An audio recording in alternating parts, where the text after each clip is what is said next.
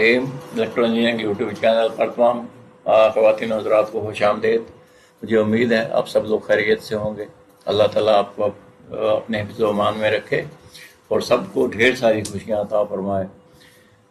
आज की वीडियो शुरू करते हैं।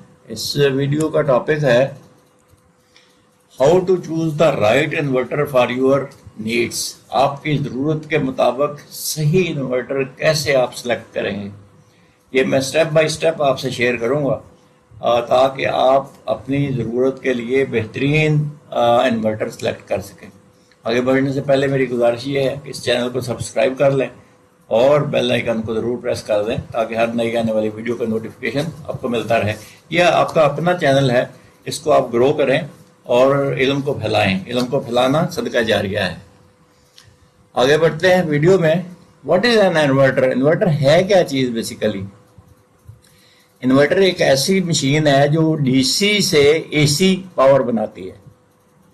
ठीक है, डीसी से एसी पावर कन्वर्ट करती है। और क्योंकि घरों में आपके एसी होती है तो एसी अप्लायंसेस होते हैं आपके पास, उनको चलाने के लिए आपको डीसी सोर्स से, जो कि आमतौर पर बैटरी होती है या सोलर पैनल होते हैं, सोलर पैनल्स या बैटरी से जो डीसी पावर आपको मिलती है उसको ये एसी में कन्वर्ट करता है ताकि आप अपने घर की अप्लायंसेस को चला सकें। तो सबसे पहले आपने क्या करना है, डिटरमाइन योर पावर रिक्वायरमेंट्स। आप अपने पावर रिक्वायरमेंट्स का एक चार्ट बना लें जिस तरीके से ये मैंने बनाया है।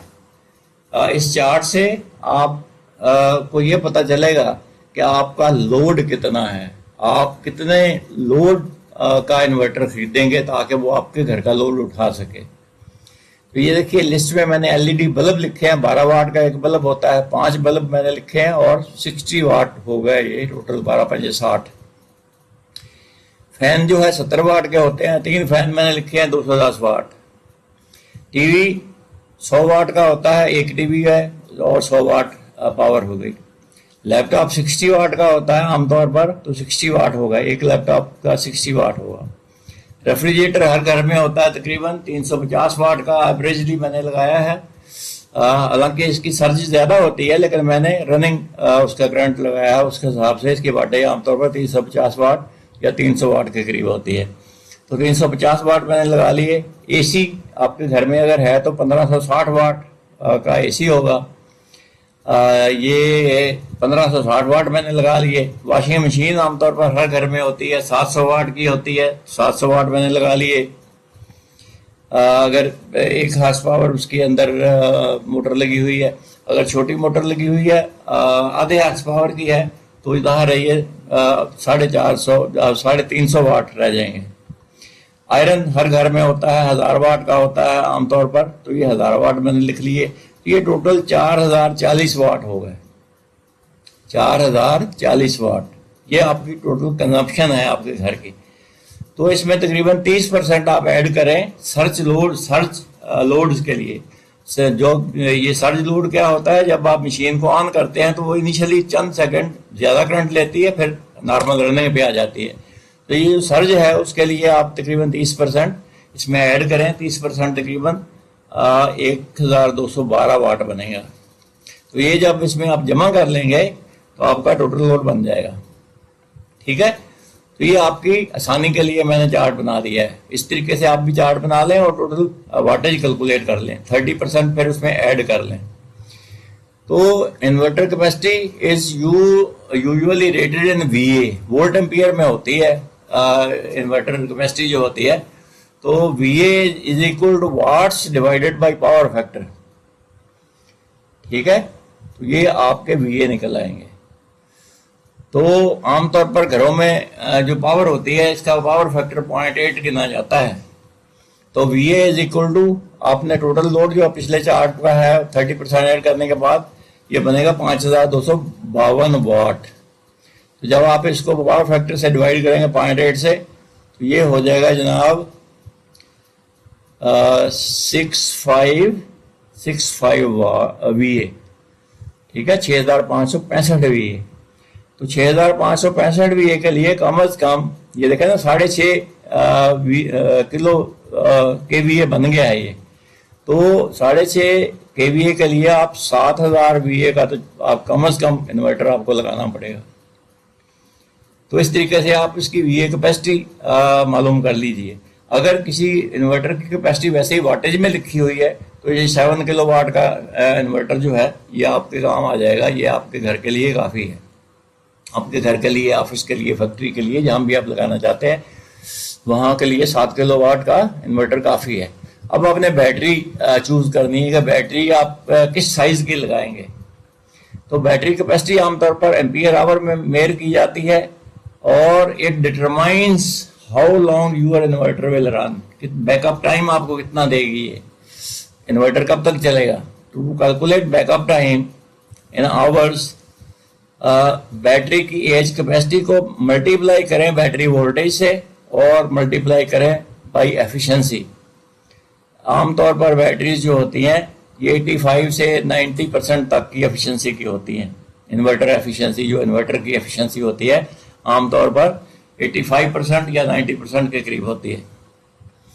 और उसको फिर आपने क्या करना है, टाइम बैकअप टाइम कैलकुलेट करने के लिए battery AH capacity multiplied by battery voltage multiplied by efficiency divided by load watts में। तो एक 12 वोल्ट की बैटरी और 150 एम्पियर आवर कैपेसिटी है अगर उसकी, और 85% इन्वर्टर एफिशिएंसी है, तो उसका बैकअप टाइम कैसे निकालेंगे। 150 मल्टीप्लाइड बाय 12 मल्टीप्लाइड बाय 0.85, ये 0.85 85% के लिए मैंने लगाया, डिवाइडेड बाय 350। ये 350 क्या किया, लोड है, तो ये क्या आया 4.37 वाट्स। ये जो है आपका तकरीबन 4.3 आवर्स जो है ये बैटरी आपके निकालेगी, जो कि 12 वोल्ट 150 एम्पियर आवर की है। लेकिन 350 वाट लोड पर, ये याद रहे, अगर आप लोड बढ़ाएंगे ये टाइम कम हो जाएगा, लोड कम करेंगे ये टाइम बढ़ जाएगा। Example 2, for a 48 volt 150 ampere hour battery with 90% inverter efficiency. एक बैटरी है जो 48 वोल्ट की है, जो कि आमतौर पर 5-6 kVA के 7 kVA के इन्वर्टर के साथ 48 वोल्ट का सिस्टम होता है ये। तो 48 वोल्ट की बैटरी 150 एम्पियर आवर की कैपेसिटी है और 90% इन्वर्टर एफिशिएंसी है, तो उसका बैकअप टाइम निकलेगा 48 मल्टीप्लाइड बाई 150 मल्टीप्लाइड बाई 0.90 जो एफिशिएंसी है उसकी, डिवाइडेड बाई 6565 वाट। पिछले स्क्रीन पे जो मैंने कैलकुलेट किया था लोड आपके घर का, वो था 6565 यानी 6.5 किलोवाट। तो इसको जब आप डिवाइड करेंगे तो ये जवाब आएगा 0.98 आवर्स, यानी तकरीबन 1 घंटा। यानी 6.5 किलोवाट का लोड अगर आप 150 एम्पियर आवर वाली बैटरी 48 वोल्ट पे चलाएंगे, वो बैटरी जो 48 वोल्ट की है 150 एम्पियर आवर की है और आपके इन्वर्टर की एफिशिएंसी भी 0.90 है यानी 90% है, और आपका लोड 6565 वाट्स है, तो इस हिसाब से ये बैटरी आपकी 1 घंटा निकालेगी, क्योंकि लोड बहुत ज़्यादा है। कहना 6.5 किलोवाट लोड आपने डाला, लेकिन अगर आप लोड कम कर लेते हैं, आधा कर लेते हैं, तो ये बैकअप टाइम डबल हो जाएगा। यानी अगर आप लोड जो है 6565 के बजाय 3282 वाट्स रख लेते हैं तो बैकअप टाइम 2 घंटे हो जाएगा। लोड मजीद अगर आप इसको आधा कर लेते हैं तो बैकअप टाइम 4 घंटे हो जाएगा। तो इस तरीके से आप बैकअप टाइम कैलकुलेट कर सकते हैं। इस हिसाब से आप बैटरी को चूज़ कीजिए कि जो आपका बैकअप टाइम क्या है, आपके घर पर बिजली कितनी जाती है। अगर 2-2 घंटे जाती है तो फिर आपको उस हिसाब से बैटरी कैपेसिटी लगानी पड़ेगी, ठीक है। और अगर 1 घंटा जाती है तो उस हिसाब से आपको बैटरी कैपेसिटी लगानी पड़ेगी। डिपेंड करता है कि आपके एरिया में बिजली का फेलओवर रेट क्या है या लोड शेयरिंग रेट क्या है, ठीक है। उस हिसाब से आपको फिर बैटरी चूज करना होगी। फिर इन्वर्टर डिसाइड कीजिए कि आपने इन्वर्टर कौन सा लगाना है। प्योर साइन वेव इन्वर्टर होता है बेस्ट, ये बेस्ट इन्वर्टर होता है जो हर किस्म के इलेक्ट्रॉनिक चीज सेंसिटिव चीज आप इस पर ऑन कर सकते हैं, चला सकते हैं। लेकिन ये थोड़ा सा महंगा होता है, लेकिन स्टेबल होता है, वोल्टेज रेगुलेटेड होते हैं इसके। दूसरा इन्वर्टर होता है मॉडिफाइड साइन वेव, ये चीपर होता है। बेसिक अप्लायंसेस के लिए ठीक है, आपने मतलब जो है जो कुछ चलाना है, लेकिन ये एक तो नॉइजी होता है और दूसरा सेंसिटिव चीज़ों को डैमेज भी कर देता है बाद। लेकिन आमतौर पर वॉशिंग मशीन वगैरह, आपका जो रूम कूलर वगैरह है अगर, तो वो चीज़ें चल जाती हैं इस पर। स्क्वायर वेव, स्क्वायर वेव के जो इन्वर्टर हैं ये अब ऑलमोस्ट ऑब्सलीट हो गए हैं, ये अब नहीं है, और ये अच्छे भी नहीं होते। ये घर की ये जो इलेक्ट्रॉनिक अशिया हैं उनके लिए ठीक नहीं होते, उनको ख़राब करते हैं। तो आपने या तो प्योर साइन वेव लेना है या मॉडिफाइड साइन वेव लेना है। लेकिन अगर 7 किलोवाट का आपका लोड है, जैसे हमने कैलकुलेट किया पिछली शीट पे, तो 7 किलोवाट के लिए आपको प्योर साइन वेव वाला ही इन्वर्टर लगाना पड़ेगा, क्योंकि बड़े इन्वर्टर जो हैं वो साइन वेव में ही आते हैं। फिर इन्वर्टर की आपने टाइप ये भी डिसाइड करनी होगी कि ग्रिड टाइड लेना है, ऑफ ग्रिड लेना है या हाइब्रिड लेना है। ग्रिड टाइड क्या होता है? Works with the grid, no battery needed.